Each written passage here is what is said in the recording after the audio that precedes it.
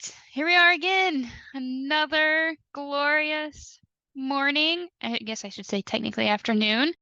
Um, that we're No one here, ever and knows when it's the morning, afternoon, or evening. What's the official cutoffs? that's fair. That's very fair. That's Um, like that. You didn't know you were getting that kind of podcast today. No.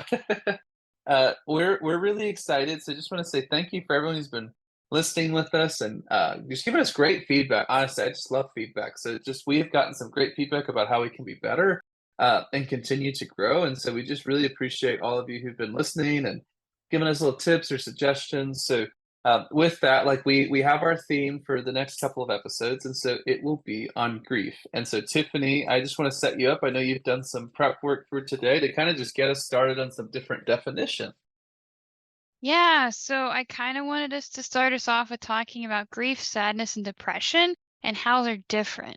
So, first off, sadness is just a basic human emotion triggered by various events. Um, which can also be triggered by a loss. It can stem from grief, but also arises from other areas of life. The main features of sadness involve feelings of unhappiness, sorrow, or despondency.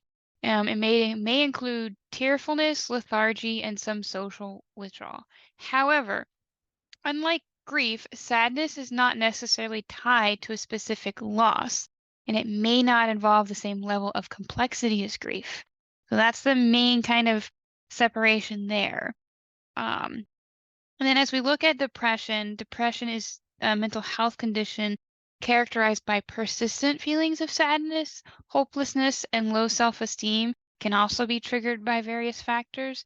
And the main kind of feature that sets it apart is that it involves a pervasive and persistent low mood that significantly impacts daily functioning. And they include loss of interest or in pleasure and activities, changes in appetite or sleep, fatigue, difficulty concentrating, thoughts of self-harm or suicide, which may or may not be experienced when you're going through a grief process. With that being said, Um, grief tends to involve a very complex mix of emotions, thoughts, and physical sensations.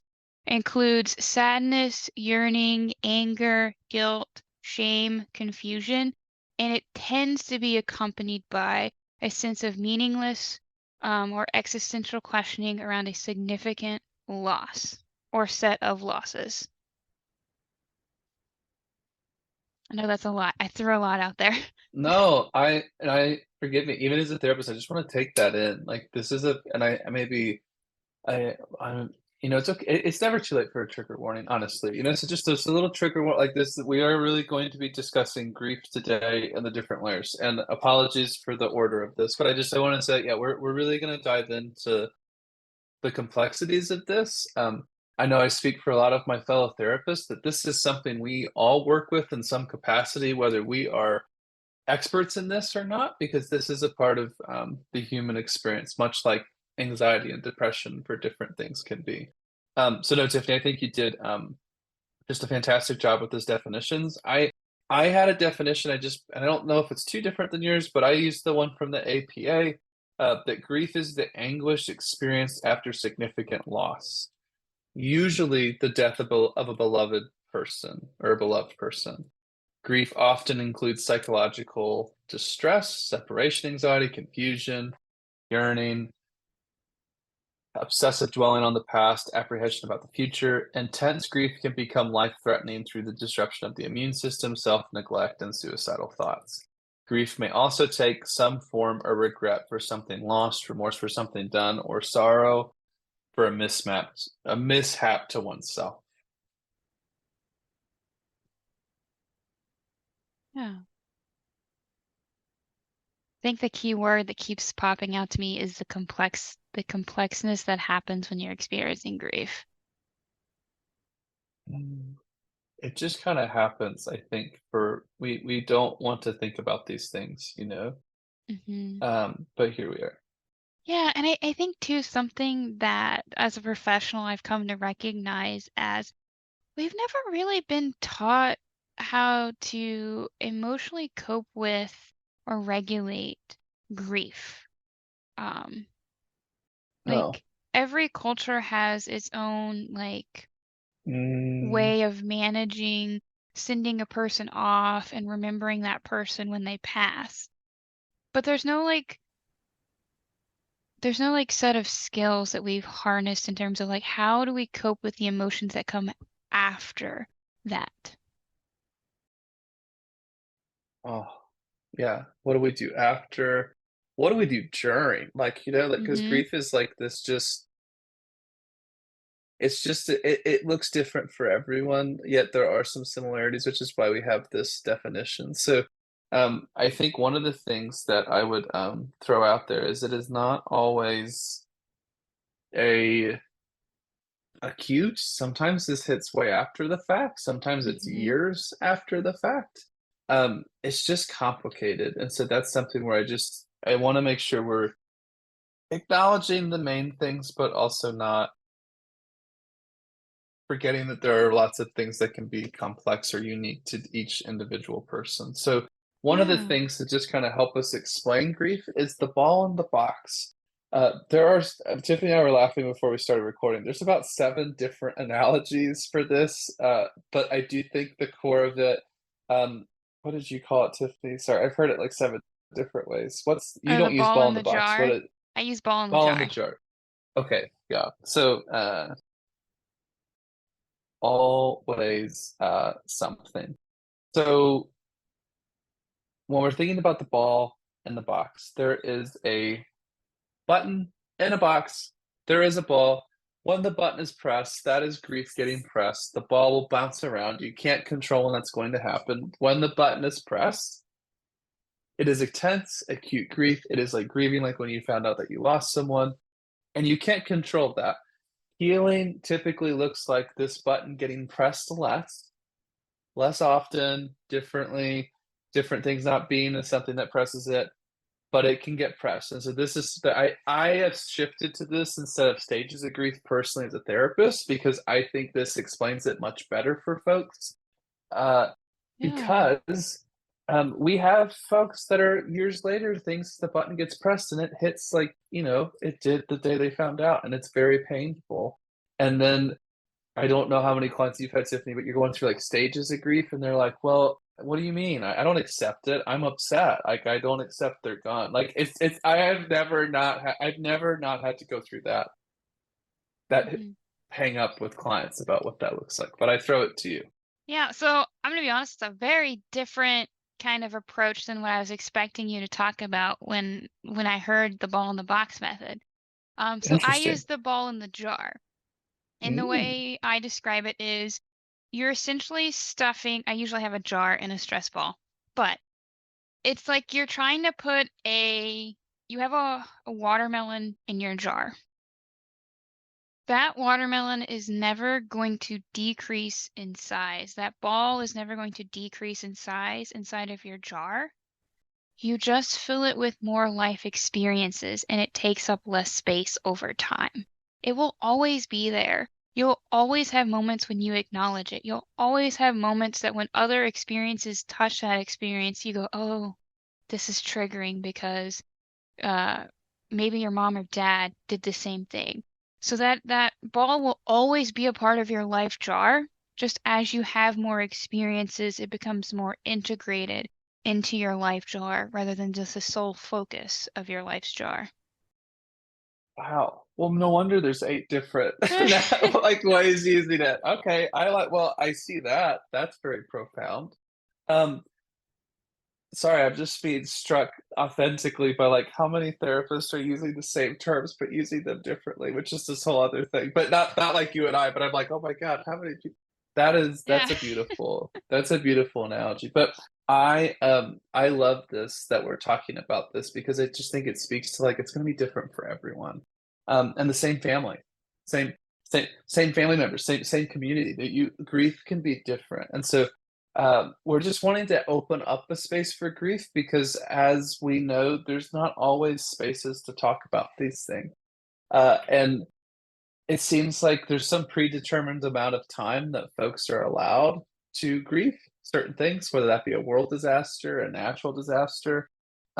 I just need to like take a big step back for a second. We are not going to get into like systemic oppression today. That grief is real and chronic, and so that we're not really getting into that grief. We're talking more about like a death, natural disasters. That grief is also valid, but I think Tiffany and I have talked about this. We don't think we can do that conversation justice in this space when we're talking about it. But if you're sitting here and you're like, I have grief with religious oppression and institutions, or the patriarchy, or LGBTQ, queer persecution, that all of that grief is also we're more, I think, focusing on the grief after a loss or a disaster or a loss of a friend, a family member in that capacity. But I'll give it to you, Tiffany, because you may want to add to that. But I just want to maybe give that context of why we're focusing on what we are for this. Yeah, and I think too, like we have the opportunities to maybe touch on some of those topics, but just recognizing like we can only talk about so much in an hour, guys. Mhm. And just kind of talking about, not to say this to like underscore any certain specific type of grief, but just talking about the most experienced commonly type of grief, because everyone at some point is going to lose a person or even a pet that they deeply love that creates this mixture of emotions.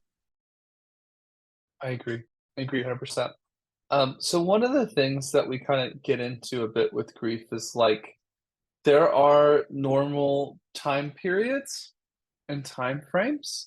Uh, but I thought maybe just as a therapist, we would maybe speak as real people and human beings for a second. That it's painful. Grief is painful. It is a very draining emotion, and that doesn't mean it's bad. And so this is something I have tried to shift in the past year as a therapist and a person. It's not labeling emotions or experiences as emotions more good or bad. There are some experiences that are bad, like traumas and different things. We can grow from them, but I was like, no, there's not a way to code that way.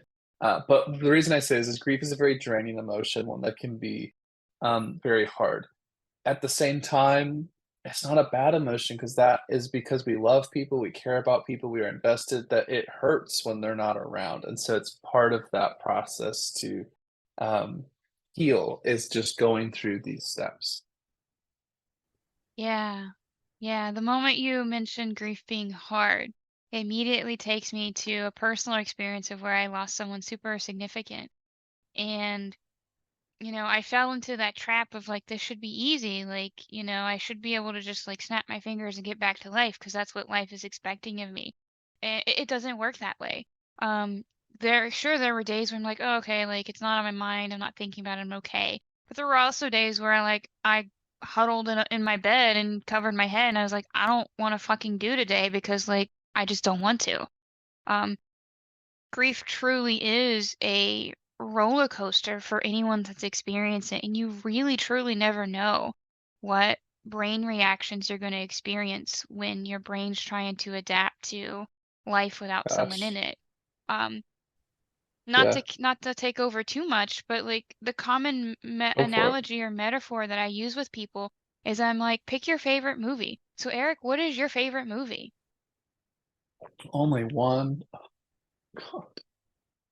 Um, just give me like 2 seconds. It's so embarrassing. Yeah, I'm obsessed with Dune. I don't know why, but I have watched it like seven It's a times. great I'm movie. obsessed with it is. I am really just sorry. I was like, do I go there? I was like, yeah, I'm obsessed. I've watched it like 7 times in the past year, which you're like, that's not that much. But like I usually only watch stuff like I have gone back and watched Dune 7 times. And we're not sponsored, but we're open to being sponsored by Dune too. So imagine, Eric, you were watching that movie and I erased the main character from that movie. Mm, What would that experience be like for you? it would suck. It would be Yeah. really hard. And that's the analogy I use with people. I'm like, it's like watching your favorite movie with the missing main character. It's going to be really hard for your brain to adjust to Oh, that new mental movie that it has in its brain and it has going. yeah. That's brilliant.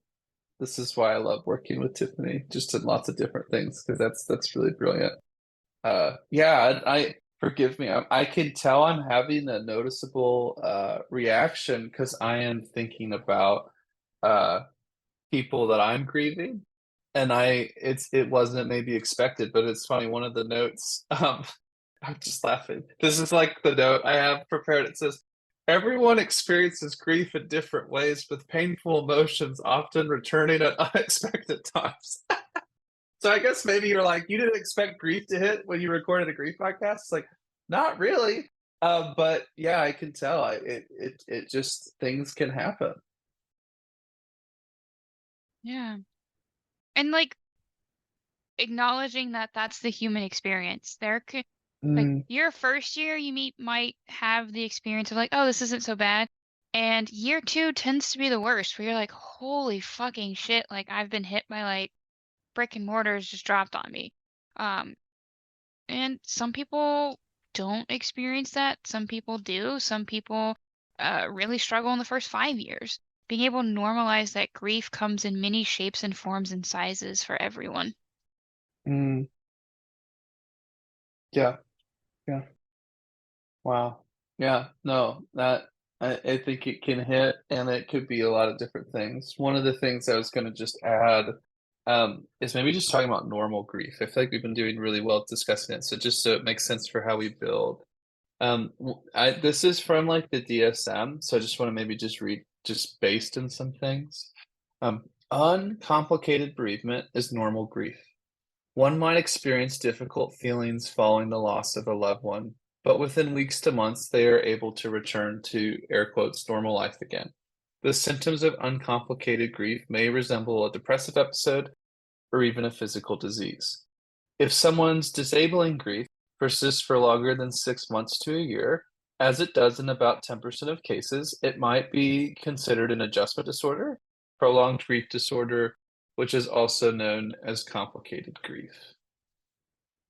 So, just to break down, I love the DSM most of the time, but what they're just basically saying is that there's a normal allow like a range of time for folks to feel some of these things, to feel different, to feel off. And if it's past that 6 month point, which happens for 10% of people, doesn't mean anything bad is happening. It just means, hey, this is more than maybe what would be called uncomplicated grief. Yeah, yeah. Ah, I thought I was gonna sneeze and it didn't come.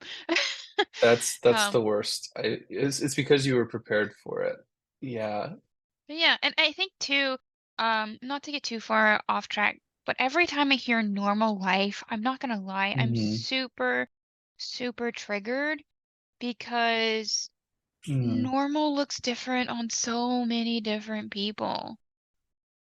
Maybe they should change the word normal to like normed experience. So it just means like that's the average symptoms experienced, which is what that word means. But I think the word I that's why I wanted to put in air quotes where it's like normal. I think what I read from that and take from that is like the level of disruption. So like for example, if someone was having difficulty eating or sleeping past 6 months when, as a response to grief, that maybe that is something to look into. And so I just want to kind of build off this just slightly of just uncomplicated bereavement versus prolonged grief disorder. So most individuals can effectively deal with the loss of a loved one with the help of family, friends, and their personal belief systems. The grieving process may include feelings of sadness, anger, guilt, as well as insomnia, lack of appetite. However, others have a more difficult time processing this degree of loss in the long term and may find it impossible to continue life as they knew it. These individuals might have prolonged grief disorder. There's just one little add. In addition to the above risk factors, the circumstances surrounding the death of a loved one, as well as the grieving person's relationship with the lost person, can also have a major impact on how someone handles the loss. For example, it may be particularly hard for an individual to process an unexpected or sudden death or death by suicide, just as it would be extraordinarily difficult for a child to grieve the loss of a parent, a spouse to grieve the loss of the partner, and a parent to grieve the loss of the child, including miscarriages. So I like this because I think that this is an inclusive way of defining um, some of these pieces. And it seems like a lot of folks feel left out. And what I mean to say by that is like having worked with some individuals with fertility struggles or have experienced miscarriage, they don't, it's just that grief isn't really talked about or that there isn't spaces. And there's triggers in a lot of different ways, just even like the way things can experience. Um, One thing to maybe frame is that sometimes grief is complicated in the sense that like if you were abused by someone and they were someone that was had some level of significance in your life, one could be grieving that they are gone, but also feeling relief that they're not there to cause that trigger anymore. That's something I've heard from so many clients where they almost feel ashamed of themselves that they're experiencing relief, but also grief. It's almost they're ashamed, they feel sad that someone's gone if that person did a lot to hurt them, for example. Have you seen anything like this, Tiffany, or worked with any of this? Yeah. I think the one that I see most common is when, because I work a lot with relationships and unhealthy relationships, toxic relationships between parent and parent, adult child. And a lot of times I see that guilt and that shame of like, I lost my parent and I am grieving, but I'm happy that I'm grieving. And being able to process through like that complexity of like, they had such an unhealthy relationship that it's to some degree it's a relief this person is out of their life, but also that complexity of like, that was my mom or dad that I did love, but like they were really unhealthy to me. Um, and Yeah, things of that it nature. mixed the mixed emotions, feeling both is allowed, and yeah, I it can feel complicated, and feel strange, and just I think maybe just building off this, Tiffany, just have like one more thing of just the symptoms of prolonged grief disorder, just so we can maybe frame that for our discussion. Identity disruption, such as feelings that part of oneself has died, marked sense of disbelief about the death, avoidance of the reminders that that person is gone, intense emotional pain, such as anger, bitterness, or sorrow related to the death, difficulty reintegrating with different parts of their life, planning for the future, hanging out with friends, pursuing interest, emotional numbness, feeling that life is meaningless, intense loneliness. In addition, bereavement lasts longer than might be expected based on social, cultural, or religious norms. So I wanted to throw that out where it's like, this is not, we're not judging anyone's religious or cultural beliefs about how one should grieve or move on. It is more about and when it's not within that normal range for that situation, about okay, how long has this been going on?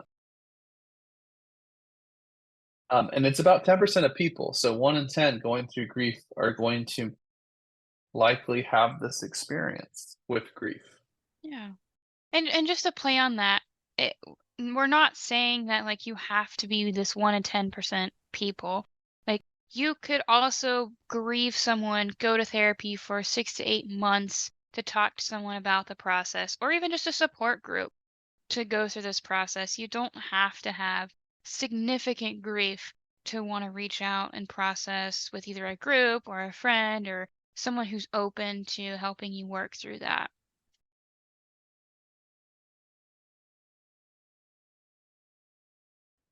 I think that is a well said point, Tiffany. And one of the things that I think I like just to remind clients is that there will be ups and downs. Like, just like if we're working on anything, there may be some weeks that it's like, wow, I am doing the way I'd like to be doing.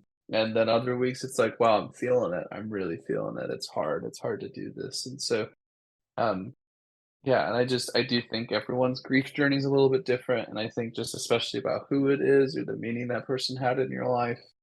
Uh, it changes it a bit, which is why I think it's hard sometimes to come up with these very general, "Do this, don't do that." So as just as a therapist working with grief, it's really kinda client-centered by a lot of us, not just me and Tiffany, but all of us are, "Hey, what's going on for you? How can we work through this? How can we work through maybe triggering holidays?" Like, your the biggest holidays in your family, birthdays, anniversaries, important maybe plans that maybe now are not going to occur because of this. So, uh, It's just different for each person, but some therapists are really great at this and work with this a lot.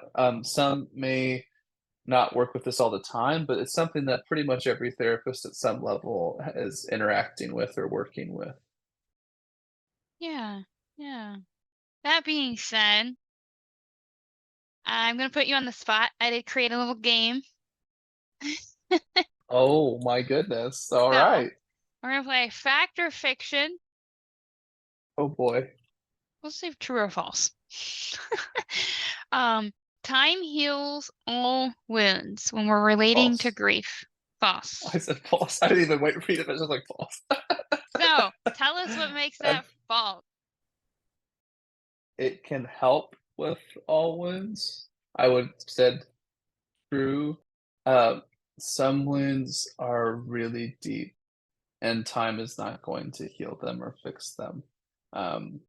Yeah, just even with grief, like if someone said or did things or hurt like actions, like, and then, yeah, I don't know if time would heal that. I mean, just even thinking like sometimes therapy doesn't even heal that all the way. Sometimes I have to talk with my clients that are working on trauma symptoms to be like, maybe this gets down to 2 out of 10, which would be amazing if you're at a 9 out of 10, but it doesn't always go to 0. So that's where I was like, I don't agree with that at all. The time heals all wounds type thing. Yeah. All right. True or false? Grief should be kept private. False. I'm like nervous and I haven't even had that much coffee, but I'm so nervous. I'm like, what is she gonna ask me? Uh All the hard no, stuff. yeah, no, I would say false. What would you say, Tiffany? It is false. While I understand some cultures do prefer to grieve in private, and that is respectable, like we're not trying to like culture bash or bash on anyone's personal preferences. Um, Grieving alone with complex emotions can be really hard and overwhelming, and it can contribute to a lot more complex mental health issues down the line. If Yeah, you're choosing to do it in a way that is unhealthy and just not benefiting you overall. yeah, I think, yeah, I just don't agree that it needs to be alone because I think about also like I'm having very strong memories and I'll zoom it way out, but I used to work in corrections and sometimes folks would find out they're losing someone and I was working on like the lower end of corrections, so folks that were on probation and needed to be known where, but there were times when we were able to have them see their family members before they deceased. Uh, and that because that's really important to get to say goodbye and have that experience and be there and attend things. So I think that's where like, yeah, it feels like, oh, I need to just deal with this myself. Like I sadly had some clients that thought they could not have that experience, so they didn't bother saying it to anyone. So that's where I'm like, sometimes those beliefs I think can really impact us. Just thinking we know the answer to something. Yeah. True or false? This is a big one. Strong people don't grieve. Uh, false. Because we all grieve. So it doesn't really matter if you're strong or I don't even know if I would consider it like I think everyone just grieves. It's almost like we breathe air. So it's like I don't know what strength would have to do with it. What Yeah. do you think? And when I hear the statement, and this is probably going to sound sexist, and I don't mean it sexist in any shape or form, but my brain immediately defaults to the male population who are like, strong men don't have emotions. And they Mm, kind of like, they that's their mantra. Not to like bash on anyone who may or may not be listening, but like, even if you're that individual, you're going to lose something unless you have isolated yourself completely away from everything. Like, you're gonna mm, lose your mom at some point. You're gonna lose siblings if you have siblings. You're gonna lose your dad at some point. And that in itself is grief. And just because you experience that doesn't make you any, weaker as an individual. yeah. No, I have a really strong retort to that that strong men don't grieve because some of the toughest people I've ever met in my entire life are veterans and they grieve appropriately and acutely when some things happen. So, for example, death by suicide is something I think all of us grieve. There, and I can speak a lot about Butler County because I'm helping with some stuff with that, but there were 9 deaths by suicide in Butler County, Ohio in 2023. And it's really upsetting. One would be upsetting, but it's very upsetting because veterans in Butler County make up 7 to 8% of the population. They make up 30 to 40% of the suicide. That is really upsetting. So I just think about some of the conversations I've been in, some of the community, like it is deeply upsetting. And I just will keep it very zoomed out. But I was like, those are literally some of the toughest people I've ever met in my life. And if they are allowed to grieve, and I don't think their grief has anything to do with their strength. So that, not that you were saying that, of course, or others, but I'm like, I think that doesn't hold up anymore. That Hmm. idea. It's a very cardboard cutout way to approach things. Yeah, yeah, yeah. Just seems, yeah, yeah, yeah. Well, the last thing kind of like I wanted to touch on before we kind of pull in things for a little bit of a wrap. Um, I wanted to look at the interplay of grief and mental health conditions, like Yeah. like how they co-occur. And also like talking about some of the risk that can happen when you let grief sit unresolved. Mm, yeah, that's a great next piece, Tiffany. Yeah. So, what are your experiences with grief and some of the mental health uh conditions that Uh, you it experience? makes all of them worse, and I would say as a substance use counselor, really difficult to be trying to get into recovery, maintain your recovery, and have had someone you care about be gone. That w- I can't give you a percentage, but just for my clients, that was a significant factor in some of their relapses or pieces, or even if it wasn't acute grief, part of why they kept relapsing or struggling was they didn't know how to deal with this pain. Uh, so yes, I do think it interacts, like it will make trauma symptoms worse, anxiety, depression, which is why really important to have that support in place to be able to talk about it. What have you noticed, Tiffany, with this, seeing grief's impact on mental health symptoms? Yeah, it for sure can make things worse. It can um overcomplicate some other things. Like if you have grief and depression mixed in, it's really hard sometimes to pull those apart. And to, pinpoint which is what can it's like a chicken and the egg kind of situation of like how are we going to address these symptoms? If you throw grief on top of trauma of any sort, then you've got a little bit more of a complex mental health battle as well. Um, it's really kind of like it's kinda like you're juggling life, and you're like, "Oh, this isn't so bad," and then I'm like, "I need you to juggle this unpinned hand grenade at the same time." Yeah, it it's, I think, just a saying that is so important. It's okay to not be okay. You don't need to be strong.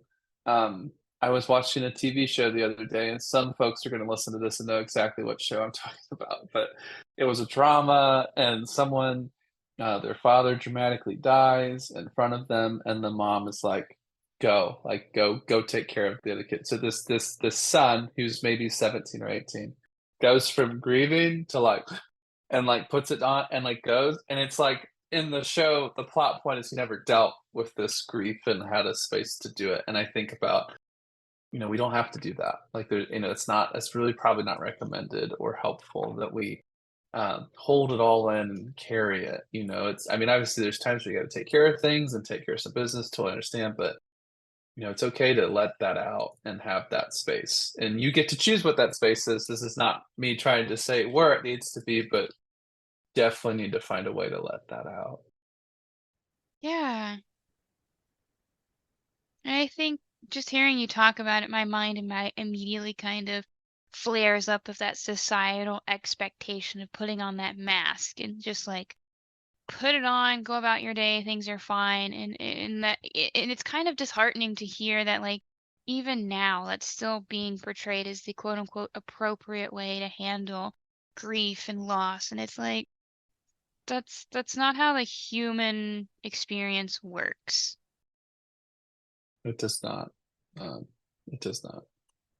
I agree with you.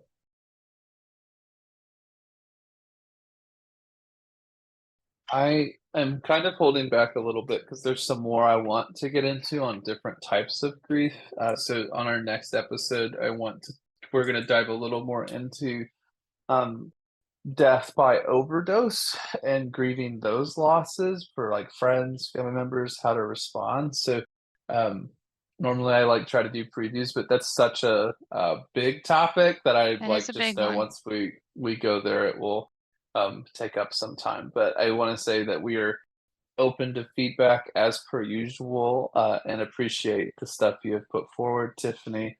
And if any of you listening have any differing opinions on grief or questions or follow up, while we are not doing this podcast and being your guys' therapist by asking questions, if you have a question about grief or want resources, that is why we're doing this. We want to get information out there. And then Tiffany, is there anything you would want to add? Yeah, so I think just making sure you guys are making space for yourself, like as we're touching on some of these more sensitive, hard topics, and allowing yourself to, at minimum, at least explore the idea of finding support and however you define support, whatever it looks like, being able to have someone that you can trust and talk about these things as they pop up. And, if you guys are looking for resources or if you feel like you're at a loss for resources, you can hop onto our Patreon page. We're constantly trying to add new resources. They are absolutely free resources. We don't charge you for them. They're there for you to use to like explore and like learn more about yourself. Thanks for tuning in to this week's episode of Deciphering Growth. We hope you found our conversation helpful and insightful. Subscribe to our podcast for more episodes and check out our Patreon for more content. Don't hesitate to contact us on social media if you have any questions or comments. We'd love to hear from you. Until next time, keep growing.